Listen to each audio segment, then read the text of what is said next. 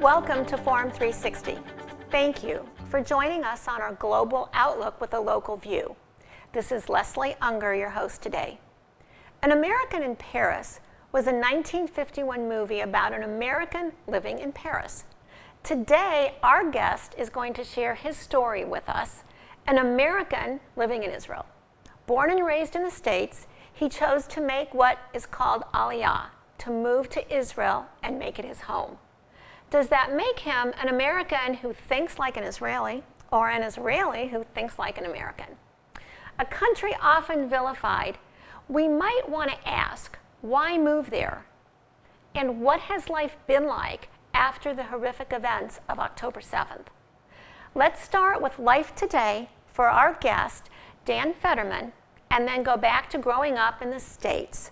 Currently co-founder and co-editor of Middle East 24, we welcome Dan coming to us from Israel today. Yeah, glad to be here. Thank you.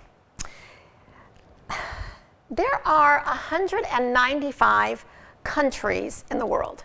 I had to look that up because truly, I don't think I could name more than maybe 20% of those. Out of all of these countries, why does Israel, a country roughly a fifth the size of Ohio, get so much national and international attention? That is a question a lot of us have been asking in recent years, and maybe those of us on the kind of the media aspect of it ask it very frequently. And I think there's a number of elements here, and the first one is, Israel is certainly has been embroiled in wars, has been the victim of terrorist attacks. Its critics will say it's often an aggressor against weaker populations, but there are plenty of countries in the world that are embroiled in conflicts. Many of these conflicts are much deadlier, much more complicated, much more intractable. I think the big thing here is that we have to remember that Israel is the heart, the home, the spiritual home of the monotheistic faiths, of the faiths that have the religions that spawned Western civilization, and then, of course, Middle Eastern civilization. So basically the entire world, the Western world, which was almost entirely Christian in one form or another, and then North Africa all the way to Pakistan, to northern India, to Bangladesh is the Muslim world, and this is where they meet and where they have been fighting over since the advent of Christianity and then the advent of Islam, have been fighting over the Holy Land. And so it draws an outsized proportion of the world's attention. There are more news platforms and reporters stationed in Jerusalem than per capita or per story than anywhere else in the world, and it certainly makes life for us a lot more complicated in that regard. Many people who have opinions about Israel have never been there. What would surprise people in Ohio or in America at large if they went in person to, say, Tel Aviv or Jerusalem or Netanya? What do you think would surprise people about Israel? Sure. Well, actually, I'm able to answer this from firsthand experience because in previous roles of mine, I've hosted and I speak to delegations frequently, tourist delegations, synagogues, church groups, Muslim delegations that come to Israel, journalists, and I see the eyes open and the jaws drop on the floor for almost all of them. So it depends where you're coming from. First of all, I think people are surprised to find out, in some respects, how modern of a country Israel is. People are expecting, if you're coming with a biblical narrative, let's say from the West, a Christian biblical narrative, people are surprised at how modern it is. And in many ways, it's an incredibly modern country with a very high level of achievement, a very high level of income. On the other hand, people often with negative perceptions of Israel, especially lately, people coming from the Middle East, young people coming from the West, are surprised to find out how Middle Eastern Israel is. Israel is often attributed or attacked as being sort of a Western implant. in the Middle East, and it is very much a Middle Eastern country itself. People are surprised oftentimes to see the diversity within Israel. And here I'm talking about two kinds of diversity, or three kinds even.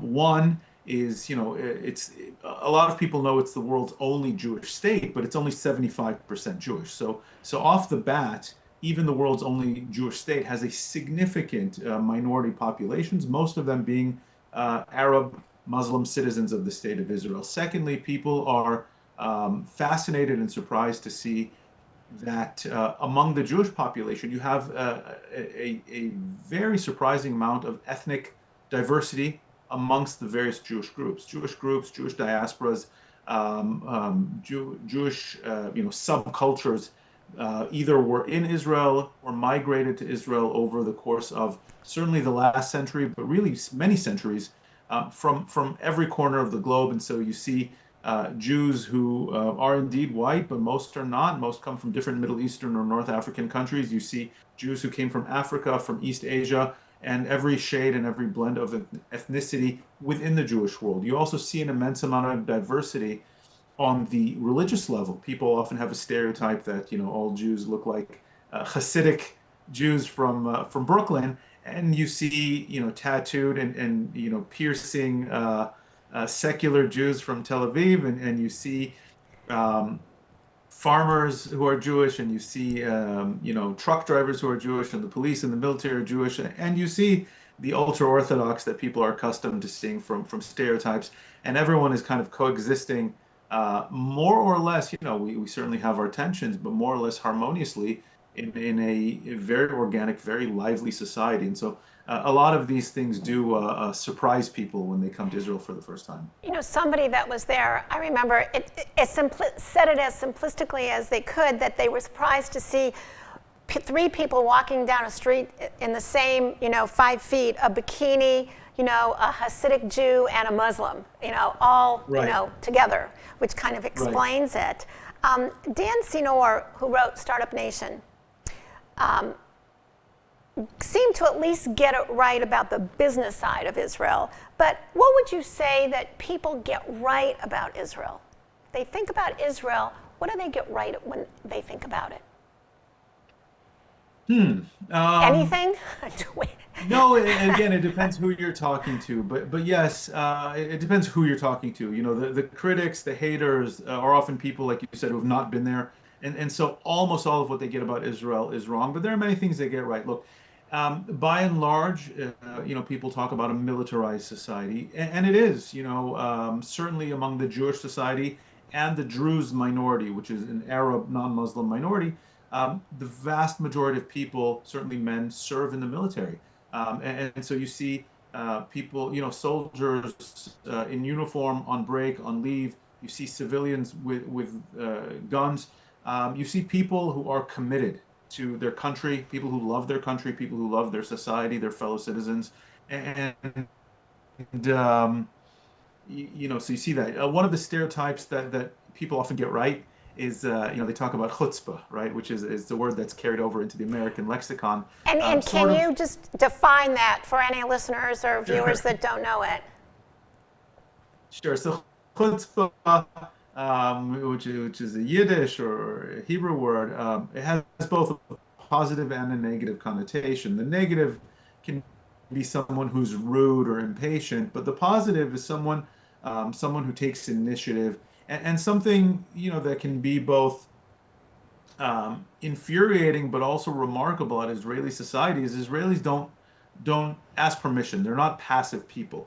This is a country of people who take action, again, whether that means cutting in traffic in line, but also not waiting for the government to do something, or not waiting. The whole point, the whole ethos of the state of Israel, of the founding of the state of Israel, were that Jews no longer wanted to be at the whim and at the mercy of other governments, right? And we see once again the spikes in anti-Semitism, anti-Semitic violence, shootings, bullying around the world. This is a country of the Jews and the descendants of the Jews who said no more.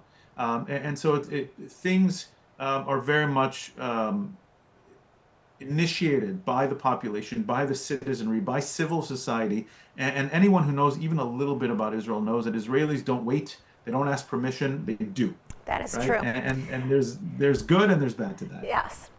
Now, you mentioned anti Semitism, and in a new children's book about anti Semitism, Don't Feed the Lion, the authors say it is not anti Semitic to criticize Israel, it is anti Semitic to criticize only Israel on the world stage. Your take on is it anti Semitic to criticize Israel?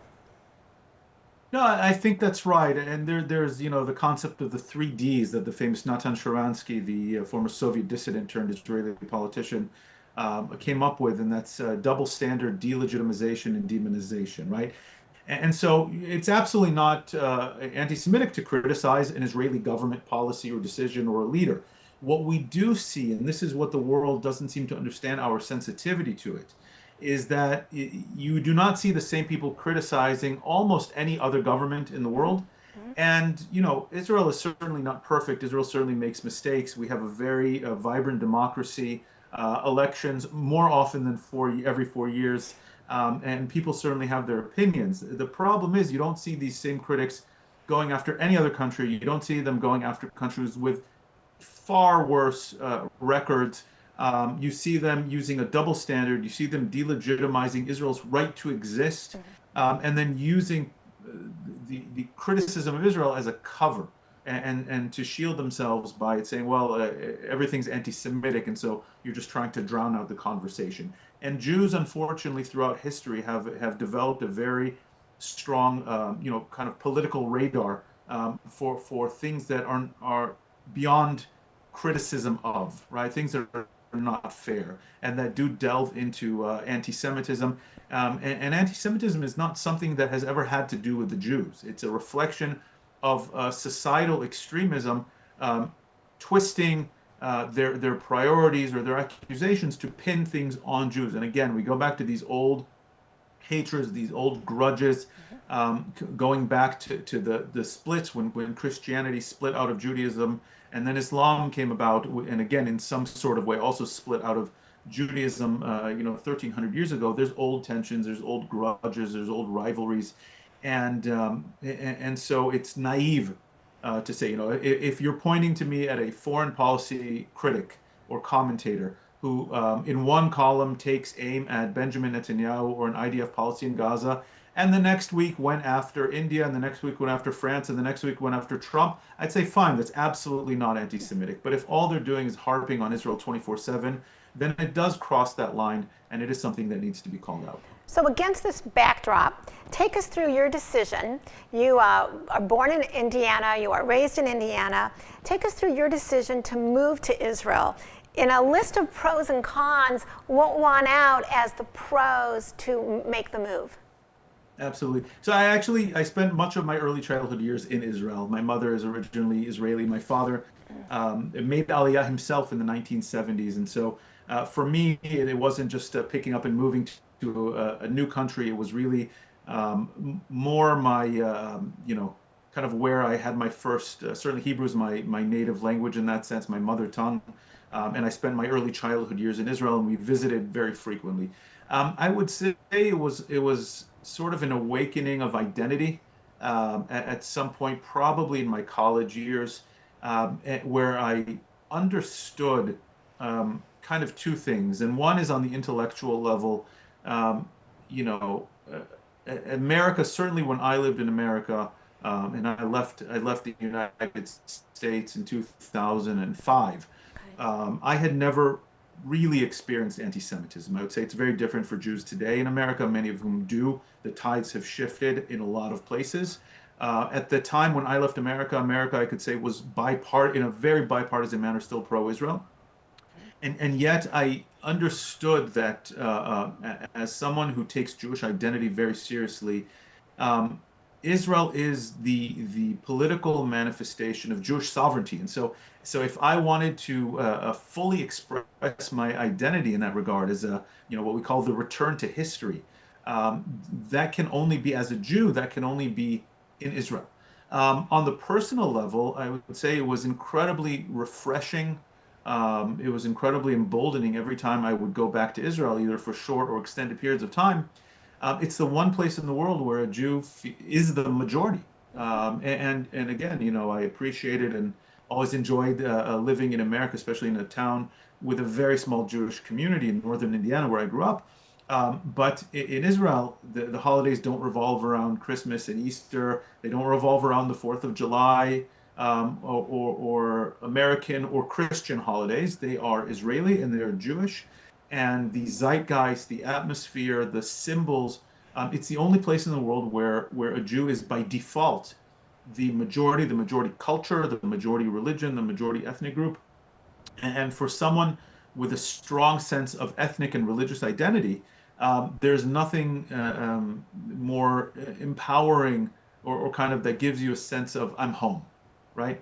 Now that's what drove me there. Of course, Israel, certainly when we moved there, but to this day, it's not an easy place to live. Financially, it would probably make more sense to live in certain parts of the United States where, housing is cheaper. I just bought a new car. It's twice as much as what you would have paid in Ohio for the same car. Salaries have improved greatly. Access to fine restaurants and the luxuries of modern life have massively, massively improved today. Where again, Israel is a very modern country in that regard. But life is a little more tense. The workday is a little longer, and of course, we have threats that most people around the world don't have, and that's the threats of terrorism or the threats of Iranian missiles or extremism. And our children, I served in the military, and our children will serve in the military, and that's how life works here. But it's that sense of belonging. It's a sense of this is ours that is truly unique. Today we are talking with Dan Feferman. He is coming to us from Israel, co-founder and co-editor of Middle East 24. Your Israel October 7th is a lot like our 9/11. Everyone remembers where they were the moment they heard what happened. What did you hear? Where were you? And how did you hear about October 7th? Yeah, as I said, I've been here as an adult for the last 20 years, and as a child, and even when I lived abroad, the news of Israel is near and dear to us. My extended family's here. Um, we've dealt with terrorist attacks. We have terrorist attacks on probably a weekly basis that you don't hear about in the American news. We've had rounds of these kind of wars with Hamas in Gaza. The 2006 war with Lebanon, where we have rockets that rain down on us. We know what it means to have to run to a bomb shelter on a regular basis because of rocket attacks. I don't think very few people in the world understand what I'm talking about.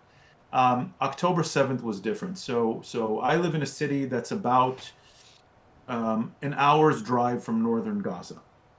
Now, mind you, as far as the average Israeli citizen is concerned, as far as the Israeli defense establishment is concerned, there was a ceasefire in place for the last 3 years between Israel and Hamas as regards Gaza. Israel had left Gaza in 2005, unilaterally withdrew and handed 100% of the territory over to the Palestinian Authority. And then the Palestinian Authority was overrun by Hamas, a Islamist jihadist terror group that has become the de facto governor of Gaza. And yet they maintained for the last 3 years a ceasefire on the border between Israel and Gaza. It was a de facto political autonomous entity. 6:30 in the morning, we hear rocket sirens, missile sirens, which means you have where I live. It means you have about a minute to grab your kids and run to the bomb shelter. The closer you live to the border, the less time you have, right? So if you live in proximity to Gaza in southern Israel, you have 10 seconds, 20 seconds, 30 seconds at most to reach the bomb shelter. We're lucky, we have a minute. I grabbed my three kids, everyone was sleeping, and we run to the bomb shelter. This was on a Jewish holiday.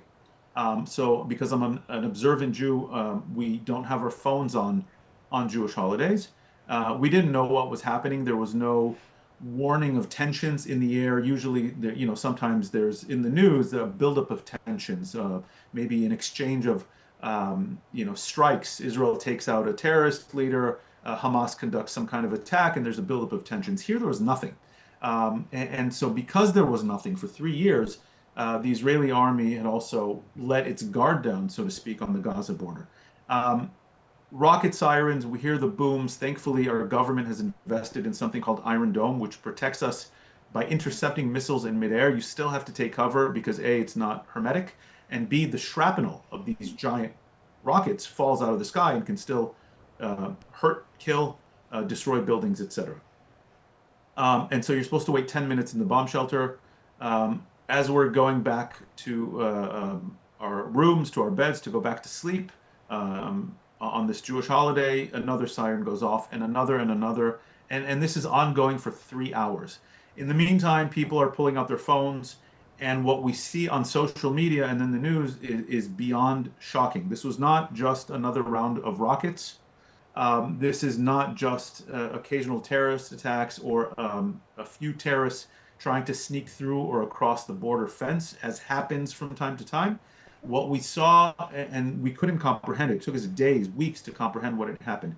Hamas, the terrorist group slash army slash governor of Gaza, overran the border fence in I believe it was 60 or 70 different points, and sent in 5,000 heavily armed terrorists, who went on a full day spree of mass murder, torture, execution, rape, in that order, of mostly civilians, in the farming communities, at a music festival that was taking place that night on the border, and ended up murdering, raping, mutilating, and sometimes mutilating and raping dead bodies, sometimes executing those that they had just raped, and then kidnapping 250 primarily civilians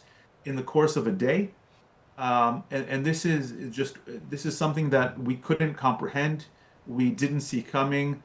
It unfolded on social media and on the news before our eyes, throughout the day, and it took us weeks, days certainly, but weeks to even figure out what had even happened, and the traumatic loss. You mentioned 9/11. I'll just kind of wrap up this point by saying 9/11 was unbelievably traumatic. It was also something that, the United States or anyone had ever expected, right? There have been plane hijackings, over the previous decades. No one ever thought that terrorists would take a plane and crash it into two buildings. And in this same manner, we have known and expected minor terrorist incursions. We never expected 5,000 heavily armed terrorists to storm across the border. And the big difference, though, imagine if the entirety of the United States lived in the greater New York City area. Israel is a small country. You mentioned a fifth, I believe, the size of Ohio. Yes. Gaza, as I said, is an hour from our house. Everybody knows somebody who lives there. Everybody has somebody or knows somebody who then was immediately drafted into reserves, to go fight in Gaza or on the northern border in Lebanon. And so when there are terrorist attacks here, when people die here, it is immediate, it is family, it is neighbors, it is friends. It isn't something distant, that is, 10 states away or a flight away or people you've never heard of in New York. This is very much in our backyards. In the 1 or 2 minutes we have left, I'd like to kind of pivot to leaving on a little bit more positive note for all the positive things that Israel has to offer. In 1 or 2 words, what is a place that a tourist should first visit in Israel? Gosh, it's a wonderful country. First of all, I'd say to tourists, and this will surprise a lot of people, not just Jewish tourists, Christian tourists, Muslim tourists, anybody coming. Israel is an unbelievably welcoming place. So the first, give me one place they should first visit. One place. For me personally, I'm in love with Jerusalem. Okay. And the layers and layers and layers of history, but Tel Aviv is magical. And the first food they should taste. Oh, I'm a shawarma person. Okay. A lot of people will say falafel, but I'm a shawarma person. I always felt safe in Israel, walking around Israel. After October 7th, can people still feel safe in visiting Israel? In a word or two. Yes, and they should. And And we have the danger of terrorist attacks. Our intelligence services work very hard on it, but we have an unbelievably low crime rate. Okay. On the other hand, you don't have to worry about being mugged in the streets like you do in many places in the world. So, And my last question, trade one for the other. right, my last question for you is, what gives you hope? Hope about your area, hope about the world in general. What gives you hope in a couple words? Couple of words. I'll say first, the Israeli people are incredibly resilient, and we don't take life for granted. And I'll say the region, the Middle East is waking up to the threats and dangers of extremism and radical Islam and terrorism and starting to work more and more together. So those two things give me hope. Thank you. It may come as a surprise to you that Israel is ranked as the 8th happiest country in the world. It actually dropped from 5th place after October 7th. This still places Israel among the world's happiest nations. For your comparison, the United States ranks 24th. The happiness report includes that high levels of social support and strong community bonds are the reason for this ranking. As a former American living in Israel, our guest today helped us understand what it is like to live in the startup nation, especially after October 7th.